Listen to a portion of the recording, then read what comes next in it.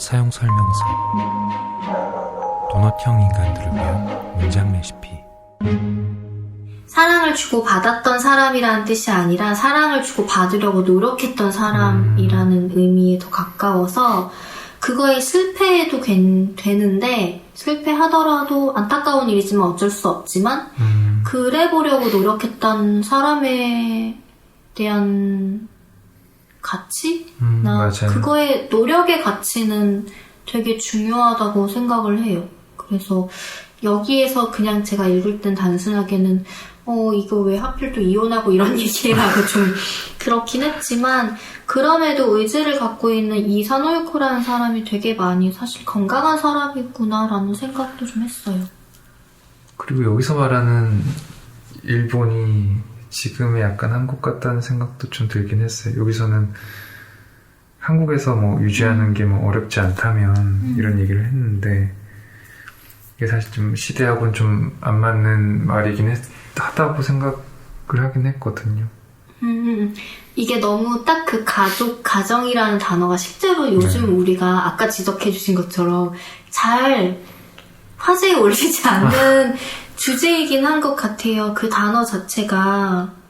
그래서 좀 이게 저도 처음에 이 대목 읽었을 때는 아까 말씀드린 이 책의 어떤 우려되는 부분들 읽었을 때 지금과 좀 대조되는 생각들, 대비되는 생각들이 혹시 읽는 사람들에게 어떤 불편함을 줄 수도 있으려나? 라는 생각들의 우려 저도 조금 들었던 건 사실인데, 왜냐면 이게 저희가 지금 감상을 나누고 있는 시간이긴 하지만 어쨌든 듣는 분들한테 소개를 해주는 역할도 있잖아요. 네. 그래서 가능하면 좀 모두가 공감할 수 있는 혹은 동의할 수 있는 책을 소개해드리고 싶은 마음이 있는데, 여기서 느껴지는 어떤 시선 차이는 있겠지만 근데 저는 그걸 감안하더라도 이 책은 좋은 책이라고 생각을 하긴 하거든요. 네.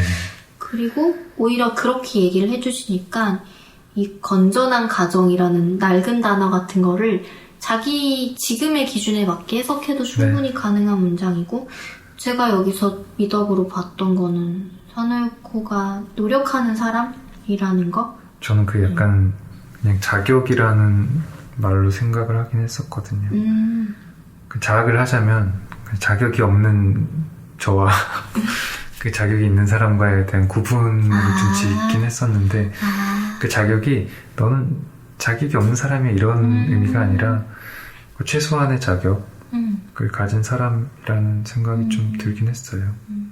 아마 그 자격도 저도 그렇지만 제목님도 가정을 꾸리려는 의지를 애초에 접근하지 않았던 거에 대해서 네. 어쩌면 자격의 맞아요. 문제도 있긴 있어요. 저도 여기서 감탄했던 거는 그걸 하고자 노력했던 사람에 대한 그렇게 놓고 보면 저도 의지가 있는 사람은 아니어서 애초에 나는 맞지 않아 라는 생각을 했던 건 사실이에요. 그냥 이 마지막 말도 좀 따뜻했어요. 당신은 그거를 잘 이루고 보물처럼 지켜가라 라는 전언이 이 와중에도 이 사람을 걱정하는 마음 좋게 느껴졌던 것 같아요. 자각하지 않은 사람들은 이 생각조차 안 하고 그쵸. 그냥 그 안에서 혼자 각자들 행복할 수 있는 건데 또 굳이 한번 당부를 하는 거? 그게 참...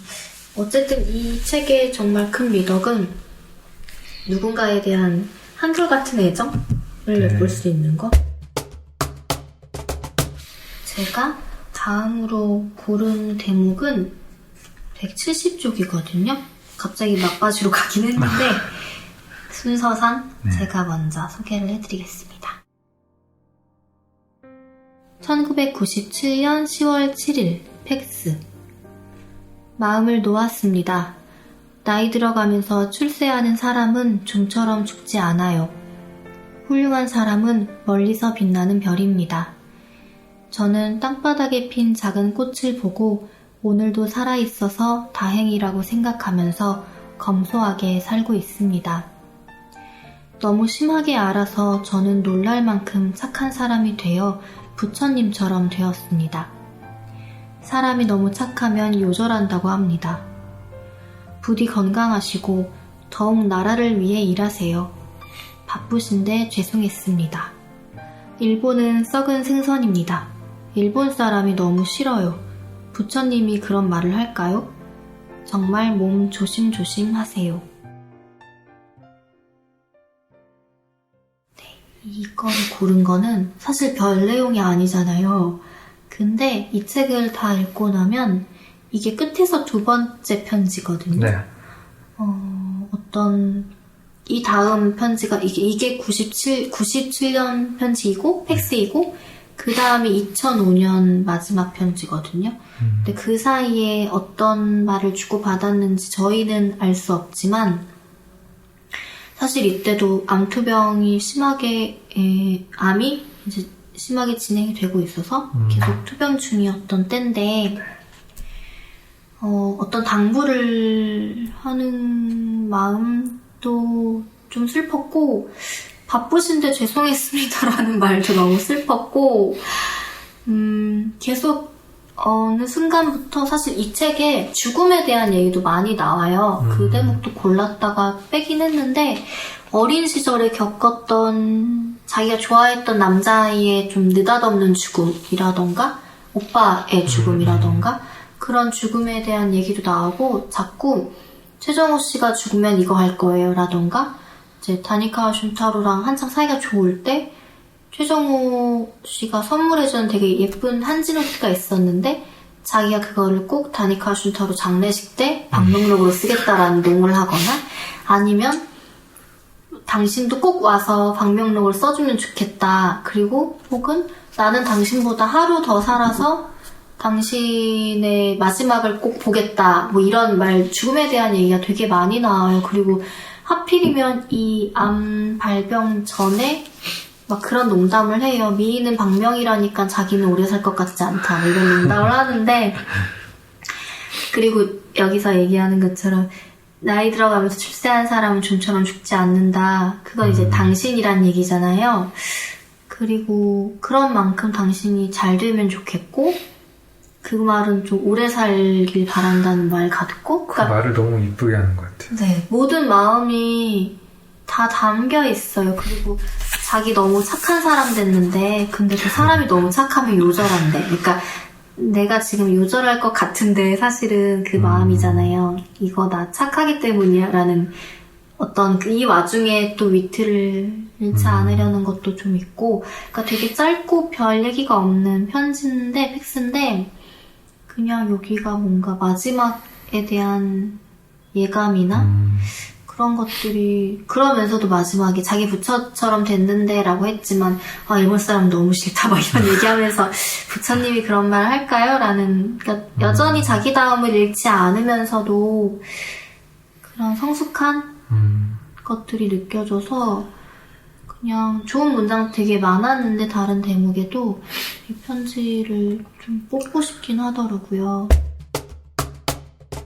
제목님이 이제 그 다음 앞에 또 문장 두 군데를 소개를 해주실 거죠. 네, 8번째 문장이고요. 114쪽에 있는 내용입니다.